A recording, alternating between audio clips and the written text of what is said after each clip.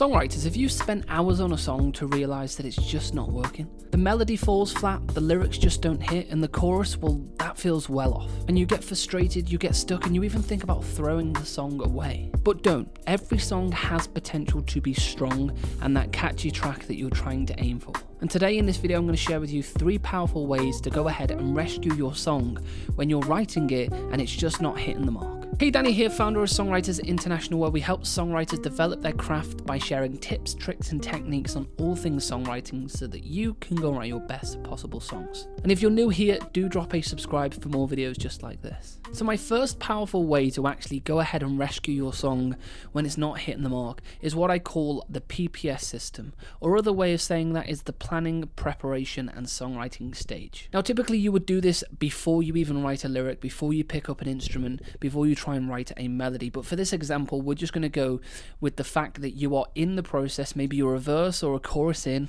and it's just not hitting the mark. What I want you to do is go back to the drawing board, and what I mean by that is get clear on what this song is all about. And why we want to do that is simply because we want to know where we're taking the song. Too often, too many times, songwriters will get a guitar, they'll create a melody, they'll write a lyric, but they'll have no real direction to where the song is even going. It's a little bit like getting in a car, not knowing where you're driving, and then wondering why you get lost. And when you do this, you want to be asking yourself questions like, what is the point of my song? Why am I even writing this song?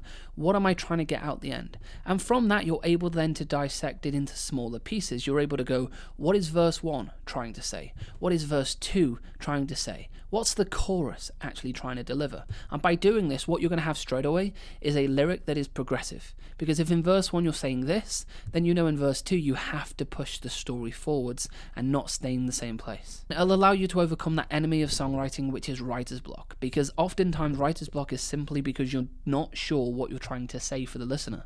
So now you know this. And a question that I always ask myself is, what do I want the listener to think, feel or understand by the time that they get to the end of the song? Now imagine this scenario for a second. You have the listener at the end of your 3, 4, 5 minute song, and you just say to them, what did you take away from this song? What did you understand for this song? And imagine you had an idea of what you wanted them to say back to you. And if they say that thing and they tell you that story, you have done your job. If they say something like, I don't know what you were trying to say, or they tell you a different story, then you have not clearly defined the story of your song. So start asking that question at the start of the process. What do I want that listener to feel by the time they've reached the end of this track? And that is what we call the PPS system. Now before I dive into technique 2, I just want to share with you the opportunity to book a one-to-one songwriting strategy call with me personally, where we can dive into your songwriting, your lyrics, your melodies. We can figure out what your goals are and give you a clear, aligned plan to get you where you need to be, and see if we can work together and help you move on forward. So if you'd like to do that, in the description or in the comment below, you can go ahead and book a call in with me, and I'd love to have that conversation. Now the second powerful way that I go ahead to rescue my song is lyrics. Now lyrics are the story, and this ties in nicely with that planning that we've just spoken about. If you want a story in your song, how are we going to do it? Through the lyric. Now too often I see many songwriters telling the listener rather than showing, and there's a very clear differentiation between the two. And the difference is that pro songwriters will show you. Beginner songwriters will tell you. We want those listeners to feel the story, as I say, not tell them. So how do we do that? Well, we describe a setting, or we describe a feeling. We tell them about the sights or the sounds or the smells or the tastes of our surroundings. Now the easiest way for me to demonstrate this is just to give you some examples of a telling lyric and then what it's like when we actually go ahead and show the listener, and you're going to see the difference. And then this is what I suggest that you go and have a look at your lyrics. When you're in that process of feeling stuck, your song feels like it needs rescuing, go ahead and use this technique. But let's say we had a lyric like, I'm so sad since you left. That is a telling lyric, okay? That tells you how I feel.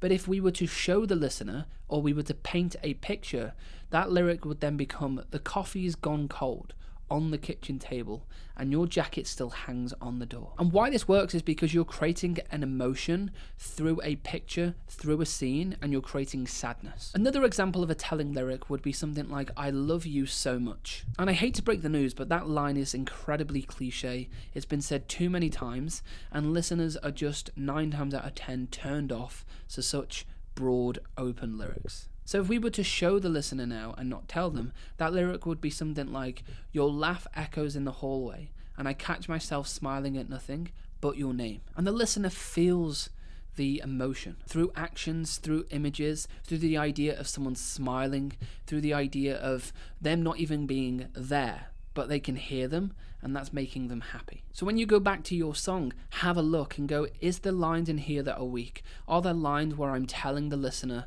what the emotion is? Is there a way I can turn that into a showing lyric? Can I show them but not tell them, allow them to create a picture and still take the same emotion away anyway? And the third technique is melody. Now, melody is the key to hooks. You've heard those sayings, earworms, hooky, catchy, all of those things. We do that through the melody. And the melody, a lot of the times in a lot of songs, does not contrast. So the one thing I want you to understand when you're writing a melody for your song, we need to have clear contrast between the sections. So if you have a verse and a chorus structure, you want to make sure that your verse to chorus melody are two different melodies. Too often, too many times, as I've mentioned, I hear melodies that go from the verse straight into the chorus. All we have is a difference of lyrics, but we have the exact same melody, and that's oftentimes why your song needs rescuing. That's why listeners turn off, because they are not continually re-engaged. So I'm going to share with you a very simple way to overcome this and create contrast between verse and chorus. So for this, I've got the guitar out. I'm just going to mumble a melody and show you how to go about doing this. So the greatest thing you can do for your verses is use a static melody. Okay, that is static melody, and the idea of this is it's a melody that does not move very much. It's designed to pretty much stay on the same note for a duration of time. And this is great for when we want to actually show the listener the lyric, because then the focus is on the lyric and not the melody moving around. So what does a static melody sound like? It would be something like this. Da da da da da da da da da. Da, da, da, da, da, da, yeah. You see how it's not moving? Da, da, da, da. Da, da, da, da. Da, da, da, da, da. Is sitting primarily on that same note. Da, da, da, da. Oh, tell the lyric, I'm gonna make it sound great. Right? The focus is on the lyric, not the melody. Now, how can we create contrast with that melody? We can use what we call a disjunct melody, or alternatively, you can call it spikes.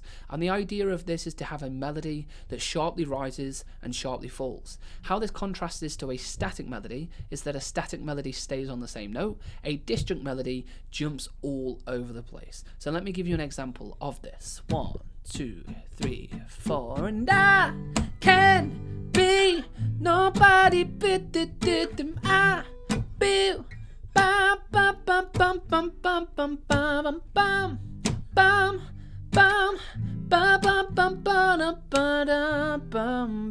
bum bum bum. You see how that did not stay on the same note. The idea was to continually move that melody around and actually create hooks. Now, if we put the two together, you'll see how we can create contrast incredibly simply. 1, 2, 3. Da da da da da da da da da da da da da. Then the chorus. Stop, be, try. I feel like falling now and down.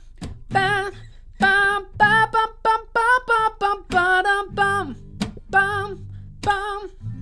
Now, if you heard that in an actual song, you would clearly differentiate the verse to the chorus. And that is the idea of what we're trying to actually do here as the songwriter, is be able to give the listener it very clearly that this is the verse, this is the chorus melody, see it for yourself. So if you have a story that is clear from the get-go, you know what you want to say in the verse, you know the chorus is saying this message, and you can follow a map, that's the planning and preparation stage. Then we have a lyric that doesn't just tell the listener, I love you, I miss you. Rather than doing that, it will show you through the lyric. It will create a visual. And then we have a melody that contrasts one section to another. And if you bring those three components together, just those, before you create music, you add rhyme, you increase the structure to benefit your song, you're going to have a song that straight away is going to sound so much stronger and less likely needing you to go in and make big changes to make it that stronger. So now you know how to go ahead and actually rescue a song should you ever need to. I want to share with you how I actually write a song from start to finish, my complete process, how I start the idea, how I build it out, how I write my lyric, how I create melody, so that I eliminate the chances of me actually getting stuck in the process, increasing the quality of the song, and then allowing me to go on and pitch that song to artists or TV or adverts or those types of things. So somewhere around this video here, you're going to see another video pop up to go and watch a video that I've created on how I write a song, the complete process. I'll walk you through the entire A to Z of songwriting, and then you can go ahead and implement this into your songwriting. So go ahead, click that.